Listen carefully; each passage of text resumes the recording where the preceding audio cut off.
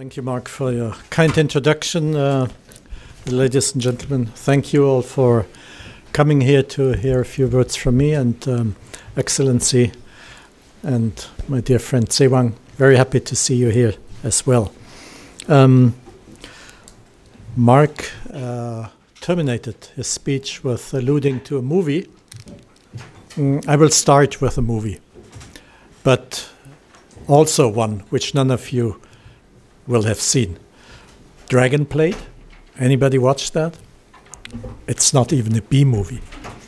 It's a Chinese movie of 2015 with Jackie Chan, you know him, and John Cusack, you know him too. The movie actually is one about the Silk Road. It's a squad of members of different tribes living along the Silk Road that form the Silk Road Squad that defends the Silk Road against, with the Chinese support, against the major Western power, Rome at the time. So you can imagine the story, and you can imagine why the film flopped. But it illustrates a few points that are relevant to our topic. First of all, the mythic quality of the Silk Road. Secondly, the multicultural and the multi-ethnic character of Central Asia. The propensity for chaotic armed conflict in the region and beyond, far beyond. And the extreme importance of cultural exchange for both peace and development in Eurasia. So let me begin with the Silk Road myth.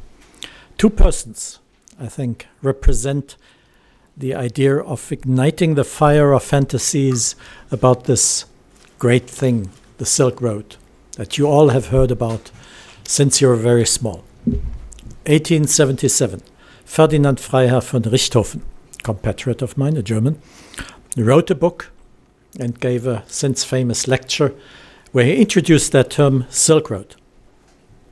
And it's lived ever since. Didn't exist before. 136 years later, in 2013, Xi Jinping, Chinese president, Secretary General of the Communist Party of China, gave a speech in Kazakhstan where he proposed to build a new Silk Road, both of them, igniting that fire of fantasies, as probably you know about the latter one from what you read in the newspapers or on the internet. This idea, a trade route 5,000 kilometers long, at least, with all the diversions, double, triple that length, thought of as a constant streams of products, goods, from west to east, east to west, bringing riches to everybody, mainly, of course, through that precious, tender texture, this mysterious thing called silk. And today, that has been replaced by the image of trains running constantly back and forth between Xi'an and Beijing on the one hand, and Düsseldorf and London and Madrid and Greece on the other side. Bringing riches, now coming with the billions in Chinese coffers. Of course, in sober moments, we all know too well, myths are myths. It's not exactly the same as hard reality. In olden days, silk was precious because it was rare. You could only get it in China, Japan, Korea maybe.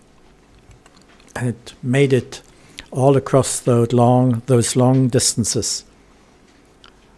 Lands that were not easy to cross. Deserts, mountainous areas. Travel from China only to Samarkand, the biggest hub of Central Asia, already was slow and treacherous. And from there on to Western Europe, it was the same. So actually, in fact, the volume of goods was relatively small. Much of the traffic actually was local, from oasis to oasis, from tiny tribe to tiny tribe. Silk, in fact, as it was so rare, was only one of many commodities. And only in the time of the Mongolian Empire, so about 200 years after the Mongols had conquered almost everything on the Eurasian continent, these Silk roads actually became sort of highways, where long distances were covered in short periods of time. But apart from that time, the reality of the Silk Road was much more martial. You ever heard of European knights conquering Uzbekistan? Romans, Chinese, Indians, Persians, Arabs? Arabs, yeah, okay, they came close. Most of the time, it was the other way around. Ever since humans mastered horseback riding and shooting bows and arrows, shooting arrows from their bows, from the back of horses, the hordes, great numbers of people, nomads, went from Central Asia to conquer other parts, large parts of the world. That was the old Silk Road. I'll get to the hard reality of the second Silk Road later. Let me go a little bit to a topic that Marx already alluded to. Today's international order.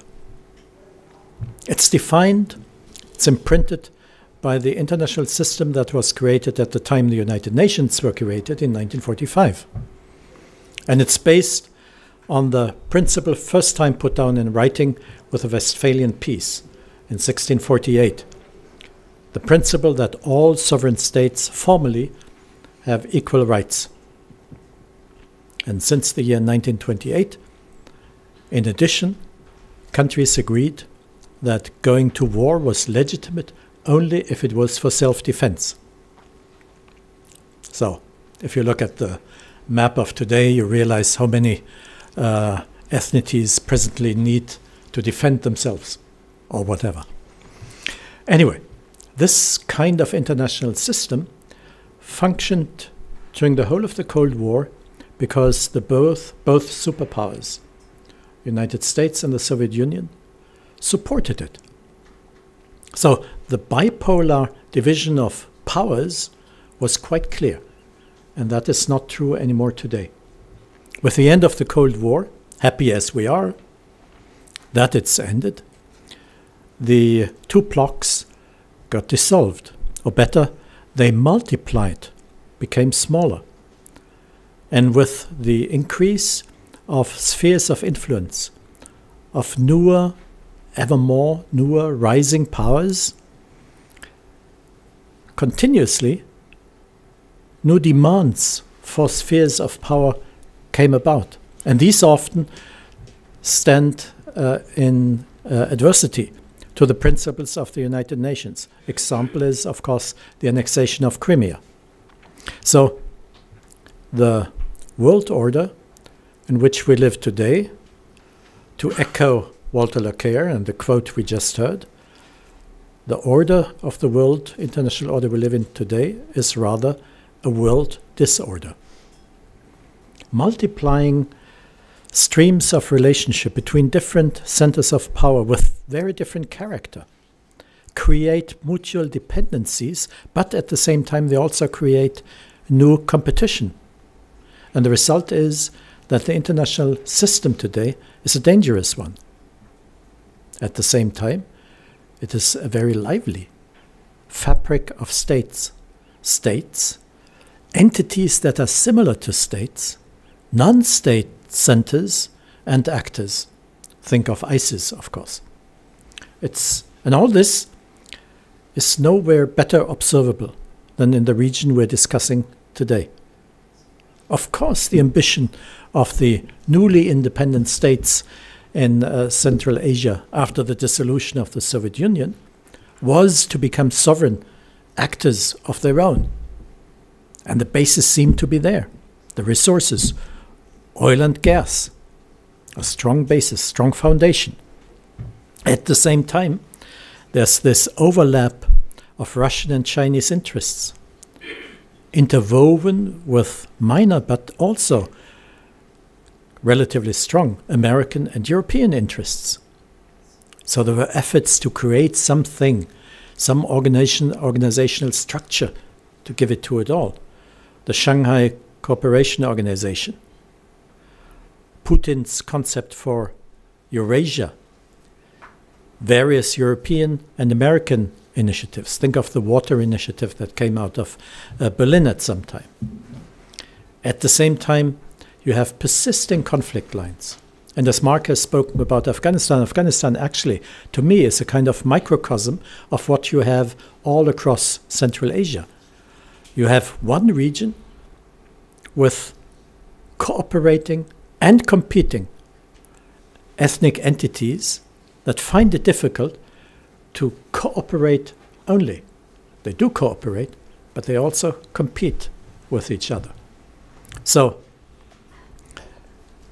all in all, it depends on the neighbors. It depends on each ethnic entity's neighbors. And then you have, since a few years, the influx of Islamist extremism. For a diplomat such as me, that is fascinating. And it's a challenge for conceptual thinking.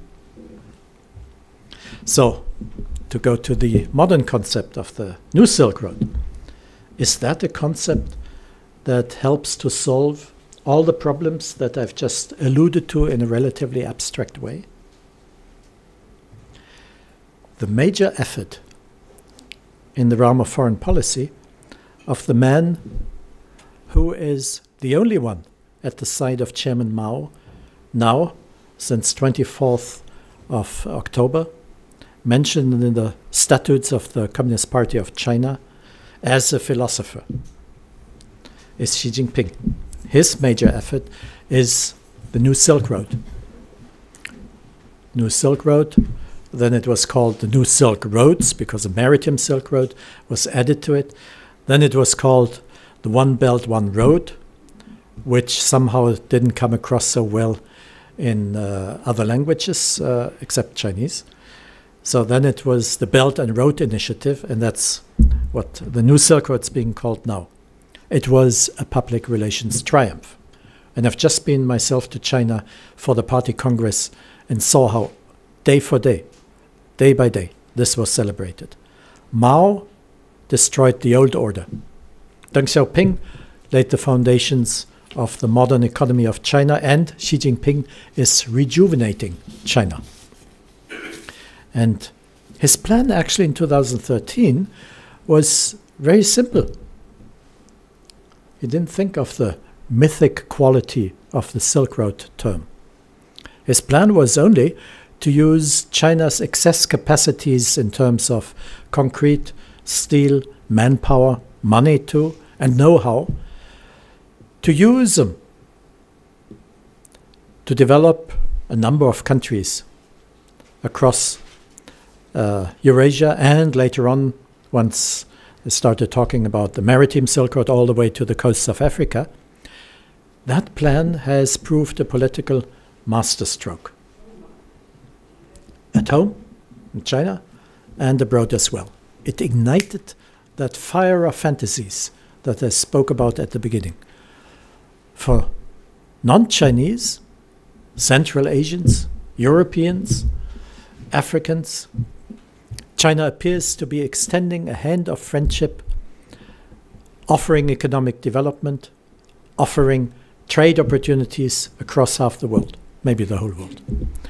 A huge infrastructure investment seems to be there, coming with a promise of credits, commerce, and no Western-style strings of human rights, democracy ideas or so attached. $900 billion was the amount of money offered in the very first instance. $900 billion, all from the foreign reserves of China. Now, for a domestic audience in China, as I saw, it's a symbol of newfound pride in the nation's strength and wealth. Here is China recreating that famous Silk Road that the movie described as it connected Central Asia and Europe. That is not only China's dream, as you know, a well-used motto of Xi Jinping. It is a dream of Eurasia. Now, Xi's promises to invest billions in road and rail and other infrastructure, link China through Central Asia, to Iran, to Turkey, to Russia, and all the way to Europe and to Africa. These promises encounter a problem, and that is the hard reality. Myth is here, reality is there. Steam and engines have lowered the cost of land transport. Rails, for example.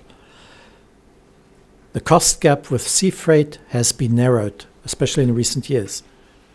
The problem is not by much.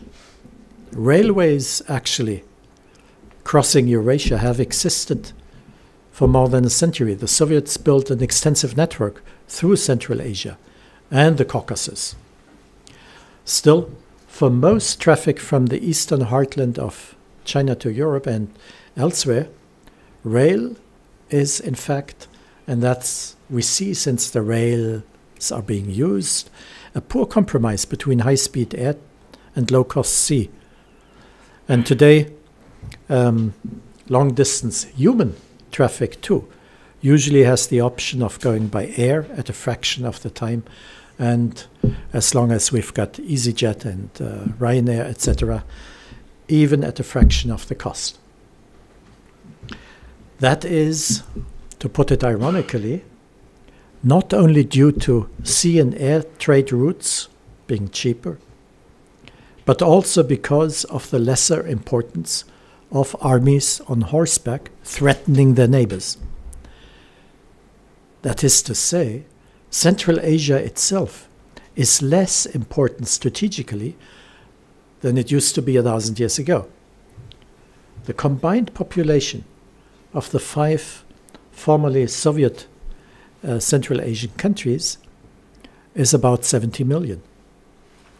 Of course, there's the foundation of their future, the imagined foundation of their future. Mineral and oil exports, which need pipelines, which need railways. But such resources usually have limited lifespans. And as a result, what happened to those 900 billion? It has been reduced in the course of this year to a fund of 30 billion. And then because there were some specific projects planned for Uzbekistan, that was increased to 40 billion. 40 billion from 900 billion. Nothing illustrates the hard reality of a modern Silk Road better than that. Then there are the politics. China's western border has been in flux for a long, long time, 2 millennia, and it will remain so. Only about 90 kilometers of common border, 97 or so, with Afghanistan. And think of the problems that China encounters with that proximity of an area where the Taliban and other Islamic extremists might come from. Xinjiang, which is a problem for China since decades, and that has to be crossed in order to cross through Eurasia. There's the problem of Tibet, which our friend Sewang Norbu is going to talk about later today, which is not going away that easily. And then, of course, there's China's friendship with Russia. How long is that going to survive? It's kind of a parody of the Cold War Sino-Soviet alliance, and that even didn't last longer than not even 20 years. And now we have a time when China has totally changed the world power balance in its favor. So that alliance is maybe an ephemeral expression of both countries' distrust of the United States. Putin is suspicious of the objectives of Xi Jinping with his Belt and Road Initiative. And the Russians know that Chinese nationalism could easily see Beijing trying to extend its influence in areas where today many people still speak Russian, Eurasian countries. So as a bottom line, I'd say that, as always, through millennia, overland trade needs extensive political stability more than sea routes do. So think of the Mongolian Empire.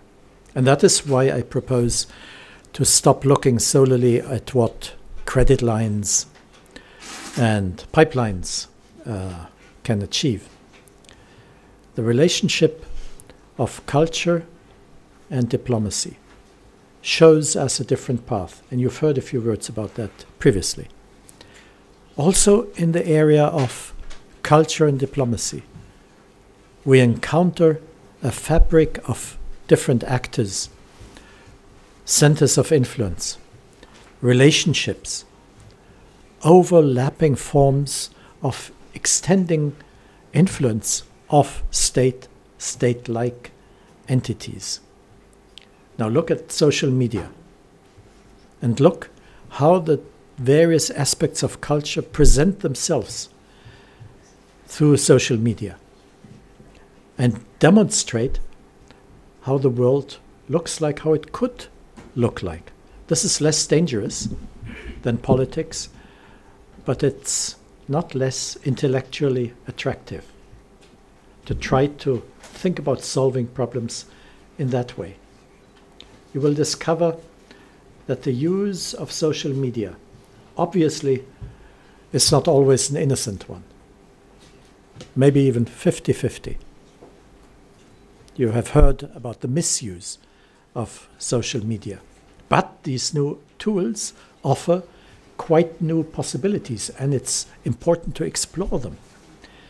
So diplomacy should use culture as a way of using or expanding its soft power with the objective of diffusing knowledge, thoughts, and also emotions. Now, the term soft power has been created, as you all know, by the American political scientist Joseph Nye. And at the time he created that, he didn't think about emotions, he didn't think about social media at all. But at the examples I gave you, you see that beside hard power, war, or coercion, for example, in the area of economics, even a long time, millennia before Joseph Nye, there was something like soft power, cultural power.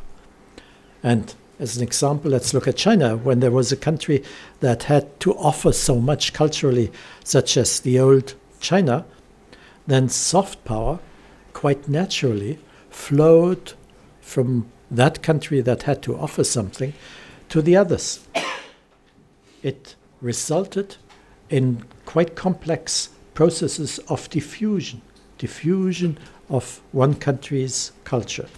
And this we should understand as a kind of free conversation between different cultures. So, by their own choice, Indian monks decided to go to China to teach Buddhism. And later on, with less success, Christian missionaries also went there. This decision, this free decision, represents the freedom of academics, the freedom of religion, and the freedom of culture, which is something that to me goes hand in hand with the notion of soft power. We always have to think about the relationship between hard power in politics, military, economic coercion, and soft power, mainly in the cultural field. And throughout the whole globe, and at the same time across the millennia of human history, can observe that the exchange between cultures, cultural centers, civilizations, always also was a history of the diffusion with the means of the strength of influence, cultural strength, persuasive power, in the area of arts, aesthetic strength, but of course also of power. So at the end, let me look. No, I won't look back. I looked at this. Okay. At the end of the 18th century, the Tsar asked a Russian envoy to travel to China and to propose the exchange of trade, of diplomats, to establish relations. His task was to conclude a treaty. Now, with his delegation, there were a number of products, Russian products, thought of as conceived of as presents for the Chinese interlocutors and presents, of course, by the Tsar to the Emperor of China.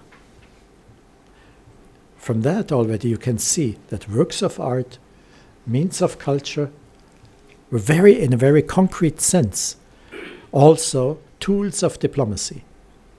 But at the same time, in such a delegation, you had scientists, experts of geography, of botanics, geology, painters, photographers. No, not in that delegation. Those came later. But they all wanted to satisfy their scientific and aesthetic curiosity. They wanted to inquire about different cultures. In fact, that is one of the great feats of the 19th century. While the great game, with armed means, went on all across Central Asia, researchers and explorers worked for the freedom, academic freedom, and the freedom of culture. And that is new, because they did not pursue trade or political objectives, and they didn't serve primarily politics. Many of them went paying by themselves on these delegations. They served human curiosity, they served academic freedom, and they served freedom of art and also freedom of culture. So it's not strange, I think, that the term soft power comes actually from an academic, not a politician, and from the United States, which in the time when Joseph Nye created that term was something like the Chinese Empire that I alluded to before. The country from where culture was diffused all across the globe, when the world order still could be called a Pax Americana. That has, as I said before, that has changed. Today we're confronted with a wave of populism that encompasses the whole globe. We see that populist politicians like your president or the proponents of Brexit in Great Britain, or the rightists or leftist parties like here in Germany, in other parts of Europe, try to isolate themselves from the globalized world. But they cannot change hard reality. What they can do is change how we look at it. Globalization is driven by the technical means of modern communication. And that means something like social media. That means new technologies and their media. Isolationism may be politically and economically a possibility, an option for some countries. In the realm of culture, that is not the case.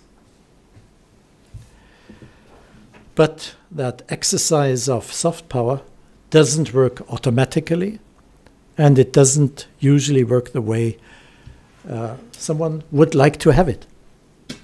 I've often heard from Chinese diplomats or journalists complained, how is it that the Chinese all like Germany, but in all polls you find that Germans don't like China? Then I always say, don't like China means the Chinese leaders. But it is true, the Chinese government, since more than a decade, pays lots of money to promote Chinese soft power. You know all about the Confucius Institutes. And all this seems not to work. In fact, the repression of culture and cultural life and civil society life in China itself, in Tibet, elsewhere, is known in the West. And that cannot be suppressed by ever so much money and efforts to promote soft power, Chinese soft power. The repression of the freedom, academic freedom at Chinese universities, just very recently, is an example for how that is replayed in the West and how it turns from positive soft power into negative soft power. Because what's lacking here is the freedom that I spoke about. For soft power and cultural diplomacy and promotion of freedom through soft power means you can only use what's already there. A repressive regime cannot use something that is not there. Governments have to use, diplomats have to use culture that has developed free, independently of what governments wanted to do. Of course, it's an almost romantic view to see art as such as a progressive force. That may be a widespread idea, but one that we need to examine critically. What is exactly art? Is it not the case that art can be used to distort and erase memories, political ideals, and to bend them in the direction of power?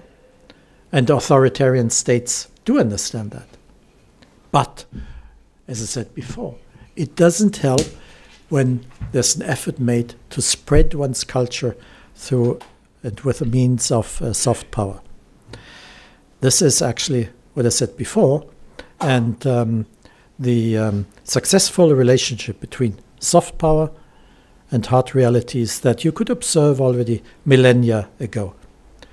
The success for this, the condition for the success of cultural diplomacy, of soft power in the realm of culture, is the freedom of culture. I would go a step further and say soft power is freedom, otherwise it's not successful.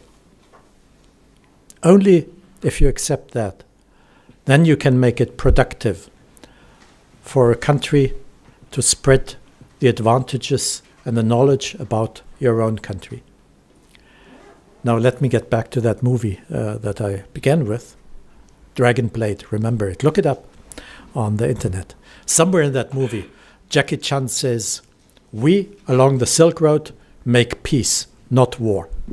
Now, historically, that's absolutely untrue, but it's, I think, everybody's ambition here for the whole of Eurasia.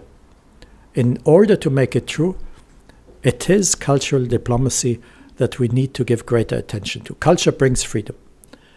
And bringing freedom of the mind, that is, again, the strongest kind of soft power. I thank you for your attention.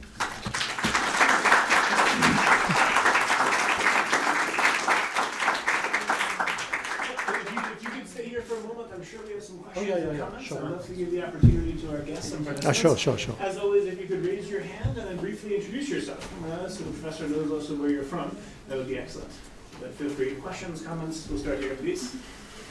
Nasrullah Sahibzada, and I'm from Afghanistan. Thank you very much, sir. We really appreciate this was very fruitful information.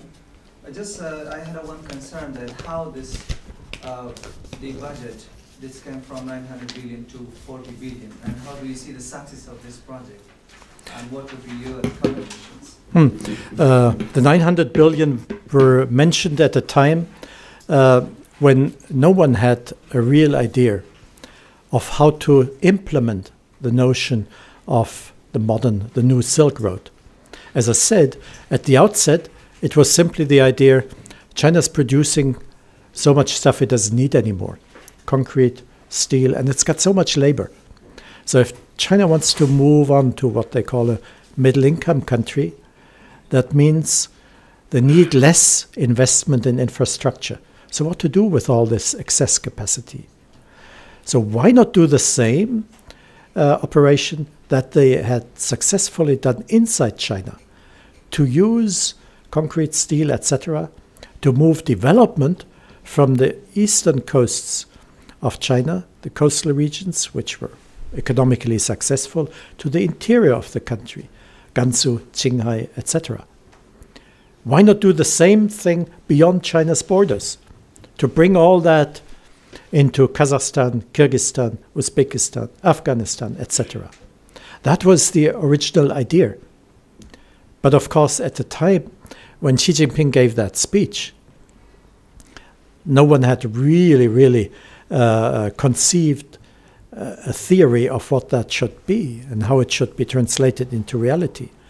And what the people who were then asked to do something in practice about it discovered was that, first of all, you need investors who want to build, let's say, a new airport somewhere in Kazakhstan. And they will only build a new airport when they're convinced that it's commercially viable. Without that, there's no investor there. So, of course, the government will always be ready to build new rails and new airports, etc. But how to pay back? And that would have meant that the 900 billion would have flown into investments commercially not viable very quickly. So the whole idea was reduced to that 30 and then 40 billion, which indeed can be used for commercially not truly viable projects. But that means that there are not that many. That is the problem. That is the hard reality. Did I make that clear? Yes. So what are your recommendations considering those high cut? So I'm sure it will affect the project and the success of the project. So how do you see the No, I'm convinced adherent of the theory of demand-based economy, not supply-based economy. You can build roads, but you need somebody who wants to use them. So first of all, create demand. First of all, do in Kazakhstan the same thing that the Chinese did if they want to follow a Chinese model. Then it's the model of 1978. That is, let private business on a very small scale flourish, support that. Give private business chances, opportunities. In order to do that, you need a legal structure. You need to fight corruption. Only if you have a functioning civil society, then even small business will have enough confidence and trust in a country to build, to invest. And if that is there, people come who want to build roads and who want to build airports, etc. So that is, I think, the strategy. And actually, it's a Chinese strategy too, not only Chinese. The Japanese did it like that. The Koreans did it like that. The Taiwanese. There wasn't someone from Singapore here? Yeah. She just left. Yeah. Okay, tell her Singapore is also a good example. Additional comments, questions, please? First of all, thank you very much for being here. My name is Robin. I come from France. Here's my question. As you just said, the Silk Road never been like an engaging, peaceful situation. And even if today it's more complicated or more dangerous, I guess, to have physical violence implications, there is other threats. And don't you think that regarding countries, and huge countries such as China, that it directly go to principle of endurance, and that these kind of this kind of actions such as Silk Road made by huge countries can be direct interventions in other people, in other countries' politics? Yes, and that is a trap that quite a number of Chinese experts already warn of. If China said Kazakhstan needs stability before anybody can go there safely and invest, and our Chinese workers will not go there when they're attacked. You know that in Pakistan, Chinese are building a road, and now they have to send troops to protect the workers who built the road. So if the Chinese in Pakistan, that's of course a great relationship with China since a long time, but if the Chinese wanted to do the same all across Central Asia, that would be an enormous trap to send Chinese troops all over that place, something that a lot of countries have been tempted to do and in the end have failed. Additional comments or questions? I saw was there a hand there? Or? No? Good. Is there a final question or comment? No? I think I said it all. All right. Let's express our sincere gratitude. Okay, thank you. Thank you.